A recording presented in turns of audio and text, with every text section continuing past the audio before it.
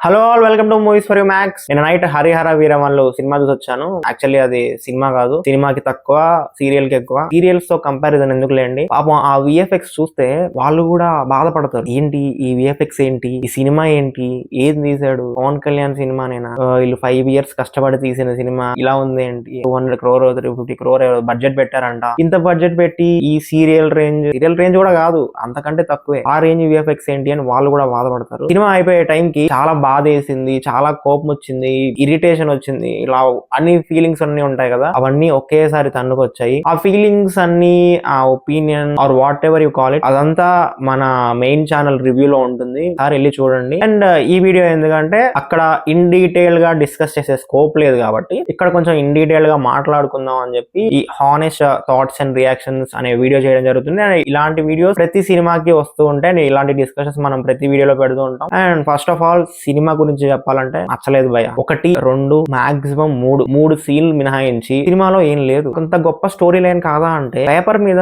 Solid story line. అంటే ఒక సనాతన ధర్మ సేవియర్ కమ్యూనిటీ నుంచి వచ్చిన ఒక పర్సన్ కోహినూర్ డైమండ్ దొంగతనం చేయడానికి ఎందుకు వెళ్తాడు, దానికి వేరే పర్పస్ ఉంటుంది. ఆ పర్పస్ ఏంటి, ఇలాంటివి ఇవన్నీ చూపించాలి అంటే ఒక మంచి డైరెక్టర్ కావాలి, అండ్ తనకున్న టీం కూడా టెక్నికల్ గా స్కిల్ఫుల్ టీం కావాలి. కానీ ఇక్కడ క్రిష్ గారు మధ్యలోనే వాకౌట్ చేశారు. అండ్ ఆ విఎఫ్ఎక్స్ ఏదో చేసేద్దాం, ఇంకా ఏదో ఒకటి రిలీజ్ చేయాలి, షూట్ చేసిన పాపానికి ఏదో ఒకటి రిలీజ్ చేయాలి అని చేసినట్టు ఉంటుంది. ఆ విఎఫ్ఎక్స్ గురించి స్పెషల్ గా మాట్లాడతాను. అండ్ సినిమా అయితే నాకు నచ్చలేదు. మీరు వెళ్ళాలనుకుంటే వెళ్ళండి, వెళ్ళొద్దు అని చెప్పను, వెళ్ళండి పర్లేదు, మీ 500 వేస్ట్ చేసుకోండి. ఒక 4 వెళ్తే, ఒక ఫ్యామిలీ వెళ్తే ఒక 2000 వేస్ట్ చేసుకోండి. వేస్ట్ చేసుకోవాలి, ఎందుకంటే మనం బానిసలం. సినిమా బాగాలేదు అంటే నిన్న కామెంట్స్ లో గానీ డిఎంస్ లో గానీ వీడు ఒక పేటిఎం కుక్క, రైస్ బ్యాగ్, చదువు సంధ్య లేకుండా రోడ్ మీద గాలికి తిరిగే వాళ్ళు అలాంటి మాటలు మాట్లాడతారు. ఆబ్వియస్లీ మీరు అలాంటి వాళ్ళు కాబట్టి నాకేం ప్రాబ్లం లేదు, మాట్లాడండి, నేను తీసుకుంటాను. అండ్ చదువుకున్న వాళ్ళు అయితే సినిమాకి వెళ్ళి ఎందుకు బాగాలేదు అన్నాడు అని ఆలోచిస్తారు. మీకు నచ్చితే మీకు నచ్చింది అని మీరు మీ ప్రొఫైల్ లో పోస్ట్ చేసుకోండి, ఎవడొద్దన్నాడు. ఇక్కడ వచ్చి అబ్యూస్ చేయడం ఎంతవరకు కరెక్ట్. అండ్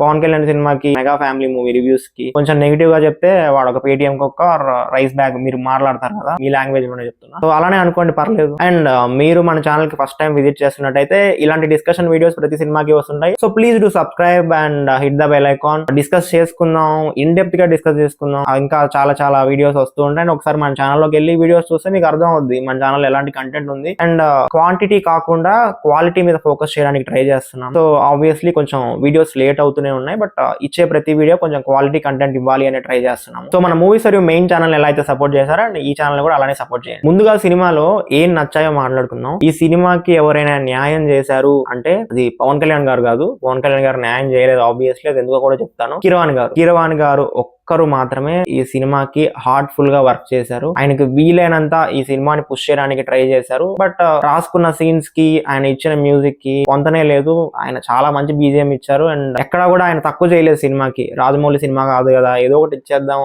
అన్న ఇంటెన్షన్ అయితే కనపడలేదు. ఆయన చాలా బాగా ఇచ్చారు, బట్ టీమ్ దాన్ని సరిగ్గా యూజ్ చేసుకోలేదు. అండ్ సెకండ్ థింగ్, ఒక 2 యాక్షన్ ఎపిసోడ్స్, ఐ మీన్ ఆ సెటప్, ఆ యాక్షన్ ఎపిసోడ్స్ కొంచెం పర్లేదు అనిపించాయండి. అంటే ఉన్న సినిమాలో అవి పర్లేదు, అంటే అలా ఉంది సినిమా మొత్తం. అవి ఏంటంటే చార్మినార్ సీక్వెన్స్ ఒకటి వస్తుంది ప్రీ ఇంటర్వెల్ దగ్గర, అదొక 15 minutes ఏమో ఉంటుంది. దాని సెటప్ అది ఇది కొంచెం బాగుంది చూడడానికి. అండ్ ప్రీ ఇంటర్వెల్ లో ఒక చిన్న ట్విస్ట్ కూడా ఉంటుంది. అదేం పెద్ద మైండ్ పోయే ట్విస్ట్ కాదు, సోషల్ మీడియాలో చూసినట్టు మైండ్ పోయింది ట్విస్ట్, క్యారెక్టర్ రివీల్ సంథింగ్ మాట్లాడుతున్నారు కానీ అది ఎక్స్పెక్ట్ చేయలేదు. బట్ మైండ్ పోయేంత ట్విస్ట్ అయితే ఏం కాదు. అండ్ సెకండ్ హాఫ్ మొత్తంలో అదొకటే సీన్, అదేంటంటే అసురహననం అనే సాంగ్ వస్తుంది. అది చౌకీ తాన ప్లేస్ కి వెళ్ళినప్పుడు పవన్ కళ్యాణ్ అండ్ తన టీం అక్కడ ఒక యాక్షన్ ఎపిసోడ్ వస్తుంది. అండ్ దాని సెటప్ సనాతన ధర్మ అంటారు. అదంతా బాగుంది. అది బాగుండడానికి రీజన్ అక్కడ ఏదో యాక్షన్ కొరియోగ్రఫీ బాగుంది, పవన్ కళ్యాణ్ ఇరగదీశాడు, కీరవాణి ఇరగదీశాడు అనట్లేదు. కానీ అక్కడ చూపిస్తారు మొఘల్స్ హిందువులను ఎలా ట్రీట్ చేశారు, హిందూ గాడ్స్ ఎలా ట్రీట్ చేశారు, హిందుత్వాన్ని పాటించే వాళ్ళని ఎలా చూశారు. అదంతా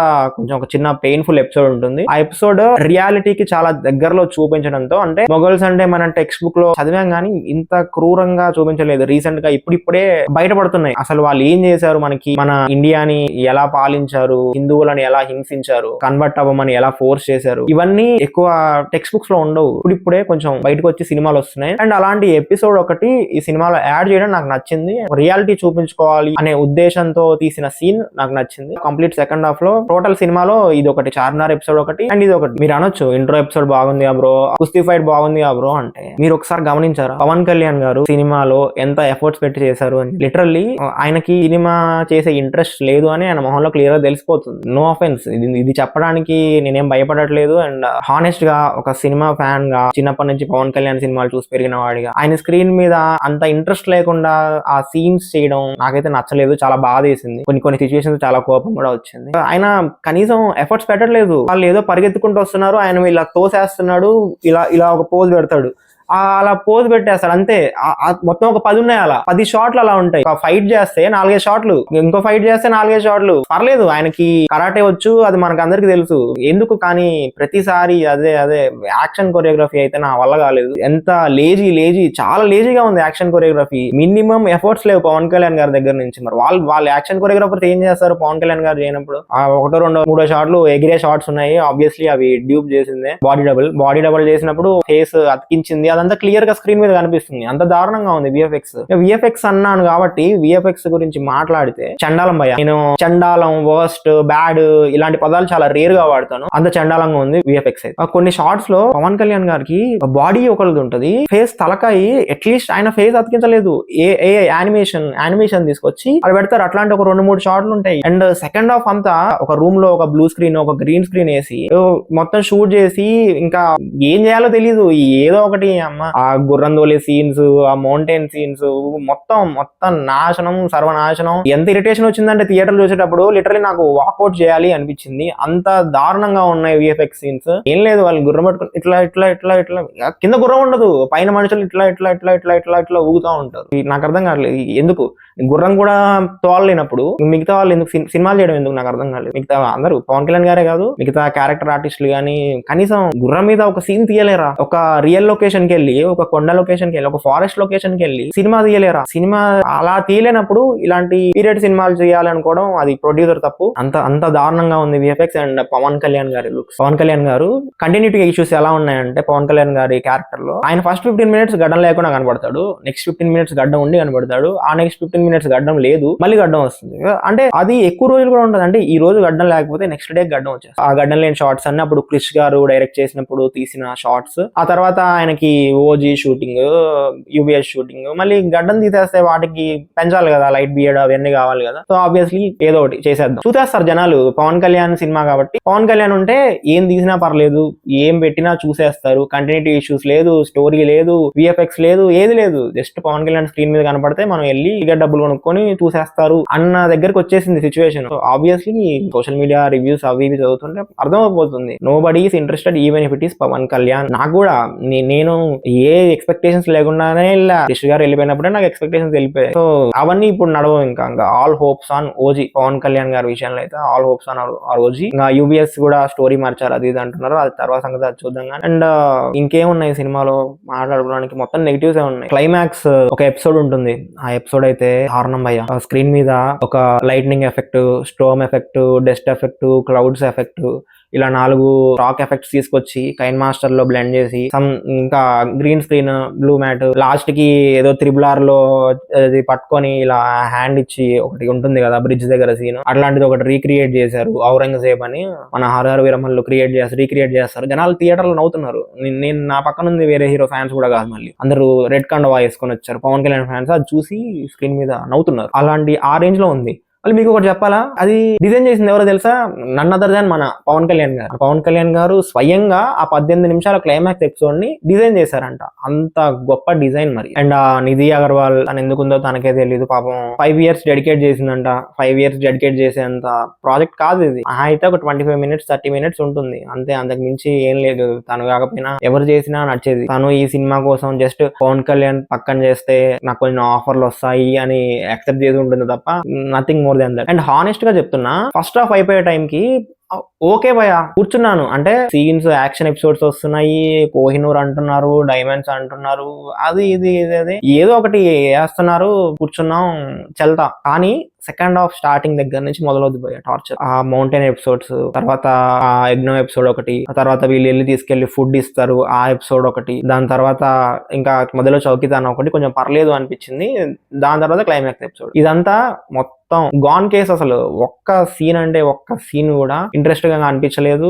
ఇది సెకండ్ హాఫ్ చూసిన తర్వాత ఫస్ట్ హాఫ్ చాలా పర్లేదురా బాబు అనే ఫీలింగ్ వచ్చింది. వీళ్ళు చేసిన బిగ్గెస్ట్ మిస్టేక్ ఏంటంటే సినిమాని 2 parts అనుకోవడం. సినిమా 2 పార్ట్స్ తీయాలి, అన్ని పాన్ ఇండియన్ మూవీస్ 2 పార్ట్స్ తీస్తున్నారు, సో దీన్ని కూడా తీయాలి అని చెప్పి సగానికి సగం ఫిల్లర్ నింపేశారు. ఆ కోహినూర్ డైమండ్ కోసం హీరో అడ్వెంచర్ స్టార్ట్ చేస్తాడు. ఆ జర్నీ ఎలా చూపిస్తే బాగుండేది అంటే పవన్ కళ్యాణ్ లాంటి హీరోని పెట్టుకొని కొంచెం రియల్ లొకేషన్స్ లో షూట్ చేసి ఆ అడ్వెంచర్ ని ఇంట్రెస్టింగ్ గా చూపిస్తే, ఆ మధ్యలో వాళ్ళకి ప్రాబ్లమ్స్ రావడం లాంటివి, ఆ జర్నీ ఎలా సాగింది, ఇవన్నీ మనకి కొంచెం ఎక్సైటింగ్ గా ఉంటాయి ఈ అడ్వెంచరస్ జర్నీ. సో ఆబ్వియస్లీ అలాంటివి చూపిస్తే సినిమా బాగుండేది. కానీ ఇంటర్వెల్ దగ్గర ఈ కోహినూర్ డైమండ్ ని దొంగిలించాలి అన్న కాన్ఫ్లిక్ట్ ఏదైతే స్టార్ట్ అవుతుందో అది ఇంటర్వెల్ తర్వాత ఉండదు. ఆ సినిమా ఎటో వెళ్ళిపోతుంది. కొద్దిసేపు సనాతన ధర్మం అంటారు, కొద్దిసేపు హెల్ప్ చేయాలి అంటారు, కొద్దిసేపు యజ్ఞం చేస్తే నీళ్ళు వస్తాయి అంటారు. ఎందుకు అవన్నీ? మధ్యలో మాట వినాలి సాంగ్ ఒకటి, ఆ తోడేలు మధ్యలో తోడేలు వస్తాయి, మనోడు కామెడీ చేస్తాడు అక్కడ కొంచెం. ఇదంతా అన్ని ఫిల్లర్సే. ఇష్టం వచ్చింది ఏం చేయాలో తెలియక ఇష్టం వచ్చింది రాసేసుకున్నారు. అట్లీస్ట్ హీరో ఔరంగజేబ్ నుంచి ఆ కోహినూర్ డైమండ్ ని ఎలా తీసుకొచ్చాడు, ఈ ఎపిసోడ్ సెకండ్ హాఫ్ తీసుంటే అట్లీస్ట్ యావరేజ్ సినిమా అయ్యేది, కూర్చొని చూడగలం, వన్ టైం వాచబుల్ అని చెప్పుకునే సినిమా అయ్యేది. కానీ లేదు, ఇది జ్యోతి కృష్ణ ఇష్టం వచ్చినట్టు రాసుకున్నాడు, ఇష్టం వచ్చినట్టు తీశాడు. నేను చెప్పట్లేదు, ఏం రత్నం గారు మొన్న ప్రమోషనల్ ఇంటర్వ్యూస్ లో చెప్పారు, క్రిష్ గారు రాసుకున్న స్టోరీ వేరు, క్రిష్ గారు తీసిన వరకే ఆయన స్టోరీ, దాని తర్వాత అంతా మేము చేంజ్ చేసాము, మాకు నచ్చింది మేము రాసుకున్నాము, మాకు నచ్చింది మేము తీసుకున్నాము అన్నారు. సో ఆబ్వియస్లీ క్రిష్ గారు అనడానికి ఏం లేదు. క్రిష్ గారు క్లారిటీ మీద ఉన్నారు. ఒక హీరో సనాతన ధర్మ కమ్యూనిటీ నుంచి వస్తాడు, ఒక దొంగగా మారుతాడు. దొంగగా ఎందుకు మారాడు, కోహినూర్ డైమండ్ ఎందుకు దొంగిలించాలి, ఆ పర్పస్ ఏంటి, ఆ బ్యాక్ స్టోరీ ఏంటి, ఇదంతా క్రిష్ గారిది. ఇంకా సెకండ్ హాఫ్ లో వచ్చిన సంత అంతా జ్యోతి కృష్ణ గారిది. అది క్లియర్ గా కనిపిస్తుంది. ఈ సినిమాలో ఒకరిని బ్లేమ్ చేయడానికి లేదు, అందరూ అంతా మొత్తం సినిమా టీం మొత్తం బ్లేమ్ తీసుకోవాల్సిందే. ఫస్ట్ పవన్ కళ్యాణ్ గారు డేట్స్ ఇవ్వకుండా పాపం వాళ్ళని వెయిట్ చేయించి మొత్తం సర్వనాశనం అయిపోయింది. ఆ మధ్యలో ఆ రీమేక్స్ బ్రో అన్నారు, భీమ్లా నాయక్ అన్నారు. ఒకవేళ రీమేక్స్ లేకపోయి ఉంటే సినిమా తొందరగా అయిపోయేది, కొంచెం వాళ్ళు కూడా ఎక్కువ ఎఫర్ట్స్ పెట్టి చేసేవాళ్ళేమో. బట్ వాళ్ళకి కూడా సినిమా అయిపోయే టైంకి ఇంట్రెస్ట్ అయితే పోయింది. నాకు అర్థం కాలేదు, త్రివిక్రమ్ శ్రీనివాస్ గారికి పెద్ద థ్యాంక్స్ త్రివిక్రమ్ శ్రీనివాస్ అని చెప్పి పెద్ద ఇదేశారు, కింద లైన్స్ కూడా రాశారు. భీమ్లా నాయక్ రీమేక్ అరేంజ్ చేయించింది ఆయనే, బ్రో రీమేక్ మధ్యలో తీసుకొచ్చింది ఆయనకి థ్యాంక్స్ కార్డ్ వేశారు. మరి ఆయన ఏం చేశారో ఆయనకే తెలియాలి. అండ్ నెక్స్ట్ ఏం రత్నం గారు పవన్ కళ్యాణ్ గారితో ఆయన డేట్స్ ఇవ్వలేడు అని తెలుసు, ఆయన ఉన్న పొలిటికల్ సిచ్యువేషన్స్ అలాంటివి. సో మోస్ట్లీ సెట్స్ లోనే తీయాలి, రియల్ లొకేషన్స్ లో తీయడం అవ్వదు. అండ్ ఆబ్వియస్లీ ఆ సెట్స్ లో కూడా ఎప్పుడు వస్తారో, ఎప్పుడు పోతారో, ఎప్పుడు వర్షం పడిద్దో, ఎప్పుడు ఆ సెట్స్ కూలిపోతాయో, ఎప్పుడు మళ్ళీ రీక్రియేట్ చేయాలో, ఇదంతా క్లారిటీ లేని విషయం. మధ్యలో కరోనా ఒకటి, మధ్యలో డైరెక్టర్ వాకౌట్ ఒకటి, ఇలాంటివి అన్ని జరుగుతూ వచ్చాయి. ఇంకా అదే ఏం చేస్తాం, ఈ హీరోకి ఇంట్రెస్ట్ లేదు, ప్రొడ్యూసర్ కి ఇంట్రెస్ట్ లేదు, డైరెక్టర్ వాకౌట్, ఇంకా సినిమా టీమ్ కే ఇంట్రెస్ట్ లేదు. ఎవరో సమ్ ర్యాండమ్ టెక్నీషియన్స్ ని పెట్టుకొని ఉంటారు, సమ్ ర్యాండమ్ షార్ట్స్ తీసేసి విఎఫ్ఎక్స్ చేయండి అంటే విఎఫ్ఎక్స్ కంపెనీ వాళ్ళు మాత్రం ఏం చేస్తారు. అండ్ వీళ్ళ బడ్జెట్ కూడా రెమ్యునరేషన్ లకే అయిపోయి ఉంటాయి, ఇంట్రెస్ట్ లకే అయిపోయి ఉంటాయి. ఇంట్రెస్ట్ కట్టుకోవాలి కదా 5 సంవత్సరాలు, మరి వాటికే అయిపోయి ఉంటాయి. విఎఫ్ఎక్స్ కి ఎక్కడ పెడతారు బడ్జెట్? ఇది ఒక ఫర్గెటబుల్ ఫిల్మ్. నాకైతే నచ్చలేదు. ఒక 2-3 సీన్లు నచ్చాయి అంతే. ఆ 3 సీన్లు మినహాయించి నాకు ఇంకా బాధాకరమైన విషయం ఏంటంటే, నేను ఫస్ట్ టైం పవన్ కళ్యాణ్ గారి స్క్రీన్ ప్రెజెన్స్ ని ఫీల్ అవ్వలేదు. ఎందుకు అంటే పవన్ కళ్యాణ్ గారి మొహంలో అది కనిపిస్తుంది, ఆయనకి ఇంట్రెస్ట్ లేదు. జస్ట్ వచ్చి అక్కడ నించున్నాడు, సమ్ ర్యాండమ్ సీన్స్ యాక్ట్ చేశాడు, వెళ్ళిపోయాడు. కంటిన్యూటీ ఇష్యూస్ మనకి అవన్నీ ఆల్రెడీ సినిమా షూటింగ్ టైం లోనే మనం అనుకున్నాం కంటిన్యూటీ ఇష్యూస్ ఉంటే, ఒక సీన్ లో గడ్డ ఉంటుంది, ఒక సీన్ లో గడ్డ ఉంటుంది. అండ్ ఆ బియర్డ్లెస్ లుక్ అయితే ఆ ఫేస్ అంతా డల్ గా, మేబీ కంటిన్యూస్ షూట్ వల్ల, లైక్ 20 hours షూట్ ఒకేసారి కంప్లీట్ చేయడం వల్ల ఆ డల్నెస్ అదంతా it's clearly visible. Pawan Kalyan గారి స్క్రీన్ ప్రెజెన్స్ ఫీల్ అవ్వలేకపోయా. ఒకటే సీన్ లో నాకు బాగా నచ్చింది ఏంటంటే, అసురాహరణం సీన్ లో పవన్ కళ్యాణ్ గారి స్క్రీన్ ప్రెజెన్స్ ఫీల్ అయ్యాను.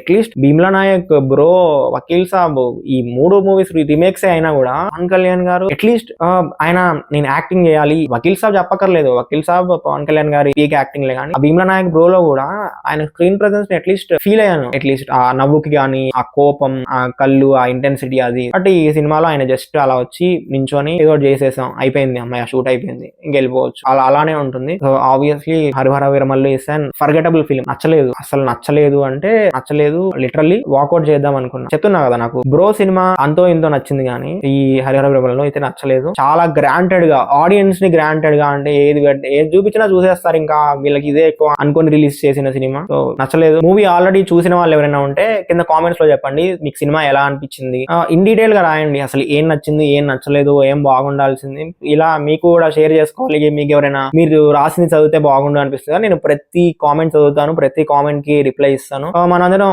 ఒపీనియన్ షేర్ చేసుకుందాం, డిస్కషన్ చేసుకుందాం, అందుకే ఈ ఛానల్. అండ్ సో డెఫినెట్ గా కామెంట్ చేయడానికి ట్రై చేయండి. మళ్ళీ నెక్స్ట్ వీడియోలో కలుద్దాం. Until then signing off, team movies for you, bye.